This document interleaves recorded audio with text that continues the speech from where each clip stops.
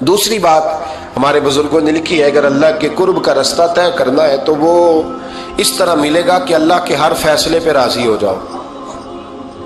جہاں اللہ نے مجھے بٹھایا میں راضی ہو جاؤں، جہاں اللہ تبارک و تعالیٰ نے میرے بھائی کو بٹھایا ہے وہاں میرا بھائی راضی ہو، جہاں جہاں اللہ نے ہمیں بٹھایا ہے ہم اس جگہ پہ راضی۔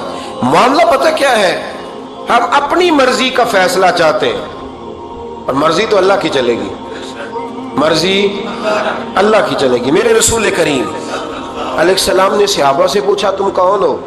حضور مومن، فرمایا ایمان کی دلیل دو۔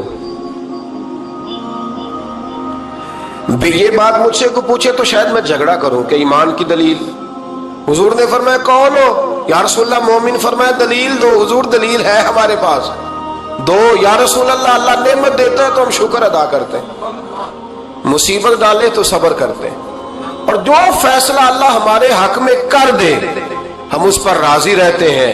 میرے محبوب کا چہرہ خوشی سے کھل اٹھا، فرمایا تمہیں مبارک ہو، تم تو واقعی بڑے پکے مومن ہو، تم مومن ہو، اگر اللہ کے فیصلوں پہ راضی رہتے ہو تو پھر تم۔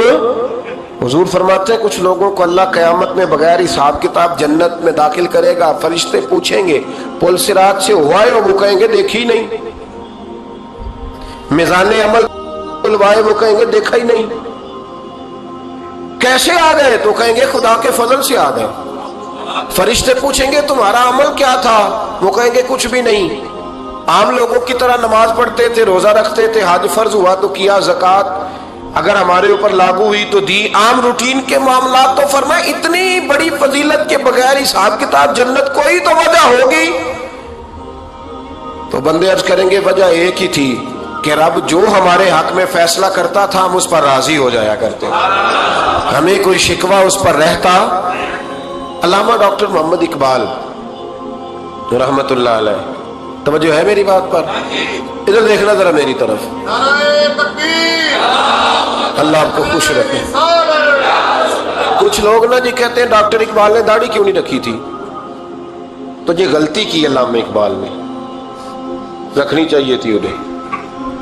ناراض ہو گئے آپ لوگ، جو جس کی غلطی ہے وہ اس کی یہ غلطی ہو گئی ان سے، انہوں نے نہیں ٹھیک کیا۔ اب اقبال کے داڑھی نہ رکھنے سے کیا سنت کی مخالفت پر اسے ڈگری دی جائے گی؟ وہ میں ہی کیوں نہ ہوں، جو کام خلاف سنت ہے وہ بہرحال۔ لیکن میرا سوال یہ ہے کہ اقبال نے صرف داڑھی نہیں نہ رکھی، باقی سارے کام اچھے کیے، تو آپ باقی کے تو سارے اچھے کر لینا۔ اقبال نے جو کام کیا، جو دین کا درد دیا، جو پیغام دیا، جو جد و جہد کی، اس کو تو سمجھ لو نا۔ مطلب صرف داڑھی پہ آ کے دلیل پکڑتے ہو۔ علامہ اقبال نے مکان بھی نہیں بنایا اپنا، کتنا بڑا آدمی ہے، کوئی جائیداد ہے اس کی؟ تسی بھی چھوڑو مکان سارے۔ اقبال وہ دیکھے نا، بابے بلے شاہ کی لوگ مثال دے دیں گے، بابا صاحب مجذوب آدمی تھے، تو بابا صاحب کے حصے میں تو کئی مربع زمین آتی تھی، وہ بھی انہوں نے نہیں لی۔ ہمارا ملانگ روٹی کا اس کو پتا ہے، نوٹوں کا بھی پتا ہے کہ 5000 والا کون سا ہے، 100 والا کون سا ہے، باقی ٹائم وہ بابا بلے شاہ بن جاتا ہے۔ یہ کون سا سٹائل ہے کہ مرضی کی چیز آئی تو قابو کر لی؟ تو ڈاکٹر اقبال نے یہ درست کیا، لیکن اس کے باوجود ہمارا نظریہ ہے کہ اللہ اس کی یہ خطا معاف کرائے گا، پر بندہ بڑا باکمال تھا، یہ بڑی خوبی تھی، اور اس میں بھی کچھ حکمت ہوگی، کچھ باتیں ایسی انہوں نے لکھی ہیں بعض جگہوں پہ۔ لیکن اقبال کی جو معرفت ہے، جو حسن ہے، جو وقار ہے ان کے لب و لہجے میں، اس کا انکار کیا جا سکتا نہیں۔ لیکن اس کو ہم ڈیفینڈ بھی نہیں کرتے، جو کسی میں کوئی کمزوری ہے وہ بہرحال اس کی ہو۔ ایک سوال بڑا اٹھتا تھا، لوگ کہتے تھے کہ آپ روز داڑھی کی بات بھی کرتے ہیں اور علامہ اقبال کی بات بھی کرتے ہیں، تو میں نے آج اس کی وضاحت کر دی۔ بات کی سمجھ آ گئی آپ حضرات؟ علامہ اقبال نے ایک بات لکھی ہے، اقبال کہتے ہیں جب میں لندن میں وکالت کرتا تھا تو ایک خاتون تھی، لیڈی بارنس اس کا نام تھا، چھوٹے موٹے مقدمات لے کے وہ میرے پاس آتی تھی۔ بی بی ایک ہوٹل چلایا کرتی تھی، اس کا خامن جو تھا وہ فوج میں ملازم تھا۔ اقبال نے خود لکھا ہے، اقبال فرماتے ہیں کہ ایک دن وہ خاتون پھر کسی کیس کے سلسلے میں میرے پاس آئی، تو جب وہ آئی تو اس نے نقاب اوڑھا ہوا تھا، برقع کیا ہوا تھا، تو چونکہ اس نے نقاب اوڑھا تھا مسلمانوں کی نشانی تھی۔ نقاب اوڑھنا کن کی نشانی ہے؟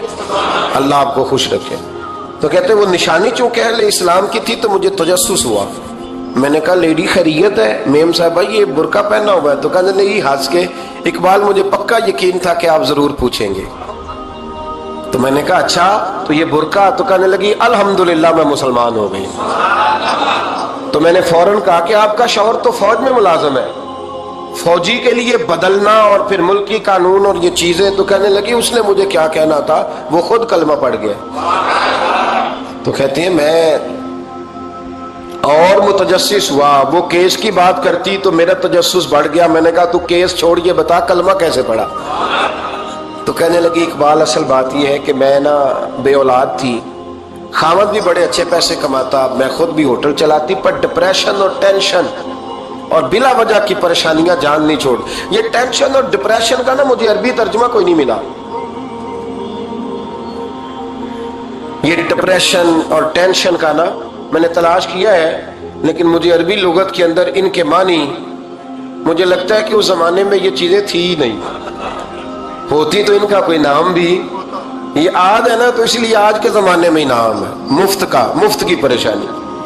تو کہتی ہے مجھے ٹینشن اور ڈپریشن رہتی تھی ہر وقت، بڑی میں پریشان رہتی تھی. میرے ساتھ ایک عجیب واقعہ ہوا کہ میرے ہوٹل میں نا ایک بابا جی برتن مانجتے تھے، بوڑھے آدمی تھے، 70 سال کے قریب عمر تھی. ان کا ایک بیٹا تھا، ایک بہو تھی، ایک پوتا تھا، لیکن وہ بیچارے بیٹا بیمار رہتا تھا تو لہٰذا وہ خود مزدوری کرتے. کہتی ہے ایک دن وہ بابا جی میرے پاس آئے، کہنے لگے میم صاحبہ 2-4 دن کی چھٹی چاہیے. تو میں نے کہا خیریت ہے؟ کہنے لگے میڈم میرا بیٹا فوت ہو گیا. بیٹا،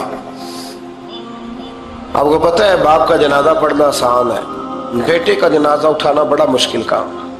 کہتی ہے میں کچھ لکھ رہی تھی، میرے ہاتھ سے قلم گر گیا. میں نے خود گاڑی بھیجی، بابا جی گاؤں چلے گئے جہاں وہ رہتے تھے. کہتی 2-3 دن کے بعد میں اور میرا شوہر گئے تو رستے میں ہم باتیں کر رہے تھے کہ کیا تعزیت کریں گے. ایک ہی بیٹا تھا، کوئی رشتہ دار بھی نہیں، تو اس کی تو کائنات اجڑ گئی، کن لفظوں سے اسے تعزیت کیا کہیں گے. کہتے جب ہم گئے تو وہ ٹوٹی ہوئی چٹائی پہ بیٹھا تھا، کچھ لوگ قریب تھے. ہم نے جا کے کہا بابا آپ مسلمان ہیں، ہم آپ کو کیا نصیحت کریں، ایک ہی بیٹا تھا، کہ کس طرح کر کے ہم آپ کو تسلی دیں. تو کہتے ہیں اس نے آنکھیں کھولی، بوڑھی آنکھوں میں ایمان کی روشنی. کہنے لگا بی بی کیا تعزیت کی بات کرتی ہو، میں نے کوئی پیسے جمع کرا کے بیٹا لیا تھا، خدا نے فضل سے دیا تھا، عدل سے لے گیا ہے. میں اپنے رب کے فیصلے میں بڑا راضی ہوں، اللہ بڑا کریم ہے، وہ لے گیا، اس کا مال تھا. آپ یقین کریں ہمارے دیہاتی لوگ یہ کہا کرتے تھے، میں نے کانوں سے سنا ہے. ایک بوڑھے آدمی کا ایک دفعہ بیٹا فوت ہو گیا تو کسی نے اس سے کہا بابا چھوٹی عمر میں بچہ چلا گیا تو مجھے لفظ نہیں بھولتے. کہنے لگے پتر اللہ دی فصل ہے، کچی وڈے تا بھی ہو دیے. سنے آپ نے بھی کبھی یہ فکرہ، کچی وڈے تے پکی لے گئے تے تا بھی ہے جو ہو دی. تو جب اس کا جی چاہا وہ لے گیا.